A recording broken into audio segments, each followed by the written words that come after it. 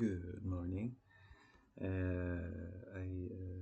like to make video to just start my day about the I'm going for yoga now, and I have a meeting at 1 p.m. for mental health. So wanted to give an update about what's on my mind, what I'm researching, what I'm reading, and I've read. I'm reading the new Carrie Fisher autobiography, the one that I wanted to read. I haven't gotten to, so I'm doing it now. And the reading on the best countries in the world and what are the weaknesses of Canada, because I've experienced difficulties and just wondering why these difficulties are there. How can we improve? And comparing the this place with the best places in the world that are in Europe, Northern Europe. And so discovering that, first of all, Canada is not the best place in the world. It is Northern Europe that's the best place. Germany and Netherlands is also better. So I wish I was born there. Just the luck that I wasn't, that I was born here. And that's why I have some challenges that I have to deal with that I would not have had. Otherwise, I don't have.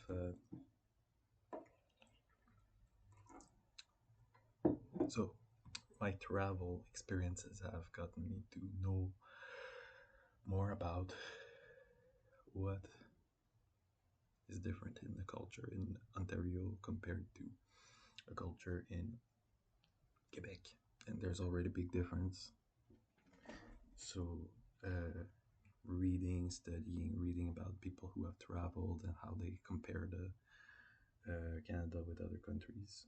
And what are we doing wrong here? What are the extra set of challenges that we have? Mainly regarding, I think the biggest challenges that we have here is the unequality, and it's actually getting worse now. And and the USA is even worse. And so this is the US is always influencing us because we're always listening to their media and with Hollywood and what's happening in New York and the big US cities. And so we cannot not be influenced by these things, and has to do with unequal treatment, unfair treatment of different race, different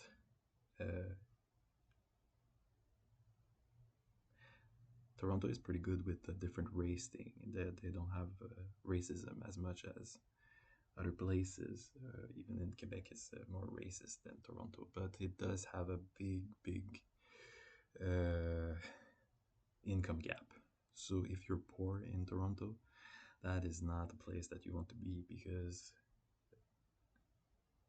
it's very dangerous and it's very difficult.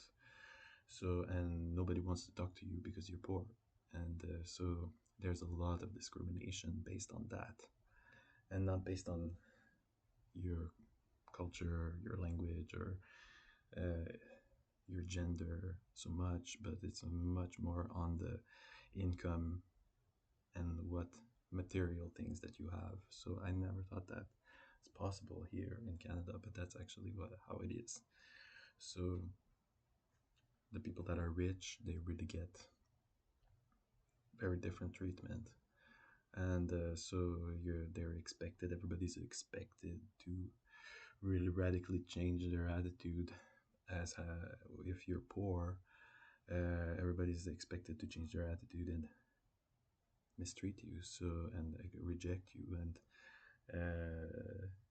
not even giving the basics. So that's really unhelpful for productivity in the country for work. As somebody who has worked in construction, has long hours and have built a lot of skills in taping. uh, I'm not used because I don't know, people don't give me a chance because you're kind of out of it, so they don't trust you that you're competent or something, so they prefer to take other people.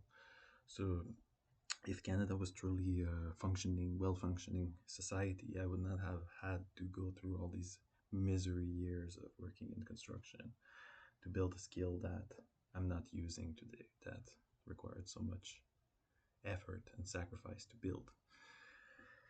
And now I need to put on a lot of effort in doing things that I shouldn't need to be doing, because if I had the money, I would not have to do that. For example, going to laundromat, always fixing big problems in the housing. So it's basically a full-time job to just fix the emergencies and always be throwing out and restarting, and because you can't get the proper thing set into place. So that's why there's the homeless culture. And homeless culture is in Montreal as well, even if the inequality is much less. It's still there, but that's the problem. And Europe does not have that. They don't have homeless as much, and especially Northern Europe. So there's no need to try to fix society, like trying to understand homeless, trying to help the homeless. It's not a responsibility for citizens because the government is already fixing it. So, and as for the competence, the people that are actually competent are the people that are there, and it's not about well, you get the really bad competence, but the person has money, so I guess they're allowed to be in a leadership position. So, uh, so and there's also the gender inequality, and that means that there's a lot of implications. And whenever you have an unequal society, you have a lot of problems that come with it. And for example, it can be even the violence that is manifested out of it, and religious unfair treatment do have. It's just not normal that you can be okay with that, even if you do have the money on that, or if you don't. You should be not treating somebody different, and that's not what I see. So when I went for Montreal, I ended up being with the B-boys and the black community because they are the ones that are not represented in media. That doesn't mean because they're violent or they're dangerous or anything like that. It's because that they don't have a choice, because they don't have the income or they don't have the possibility to get out of it. So like I said in the previous video, the homeless people, if it wasn't for them, I would not be alive today.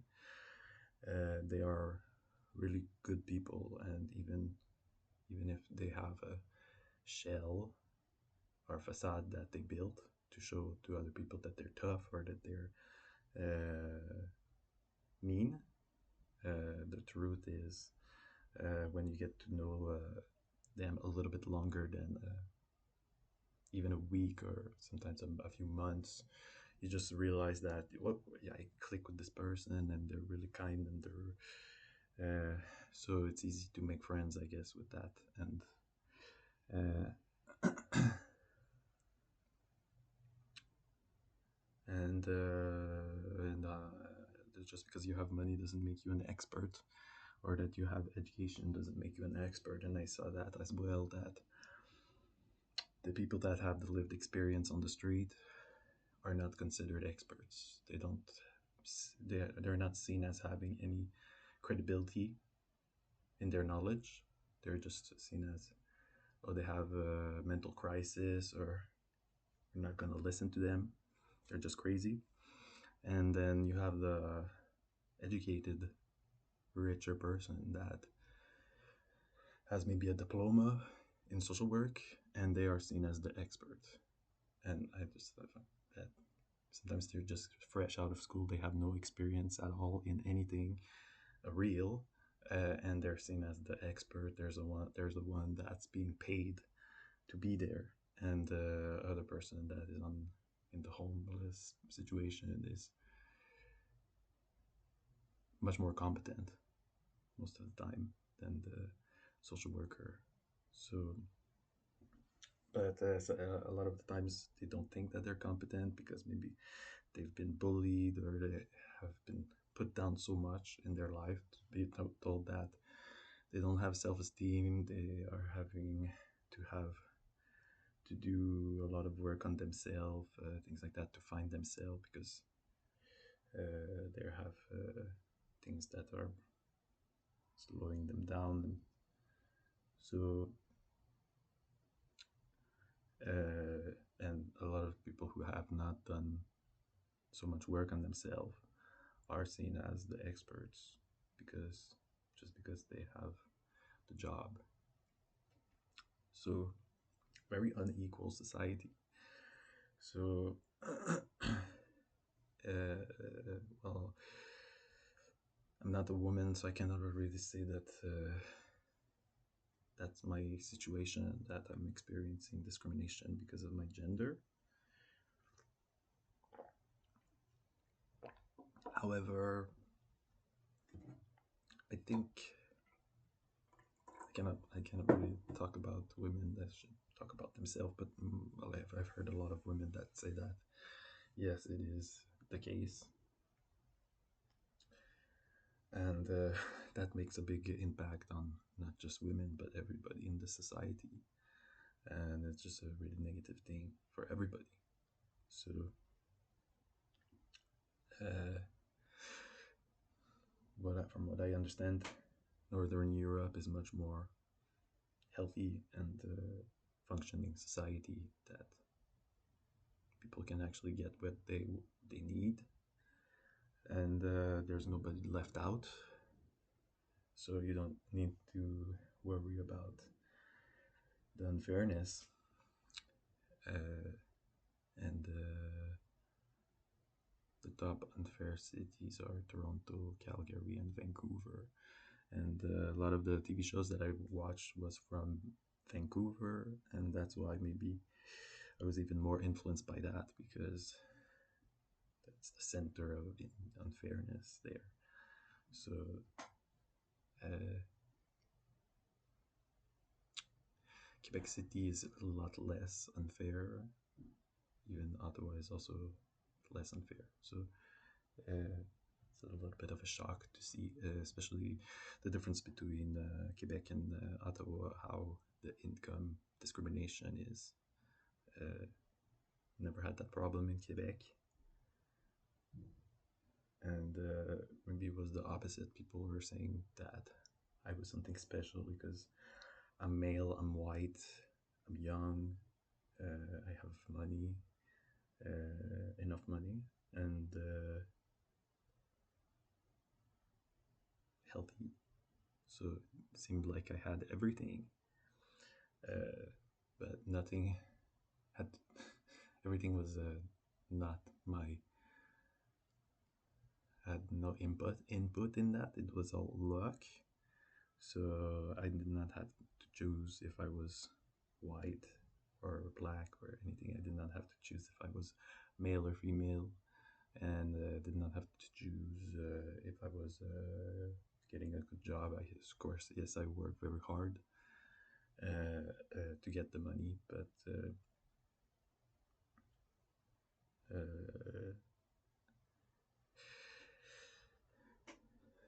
a lot of the things was just because was out of my control. It was things that were out of my control. And if that changed the behavior of the people around me, that people treated me differently then that they would now, uh, well, that's a failure on their part. It's not my fault. So,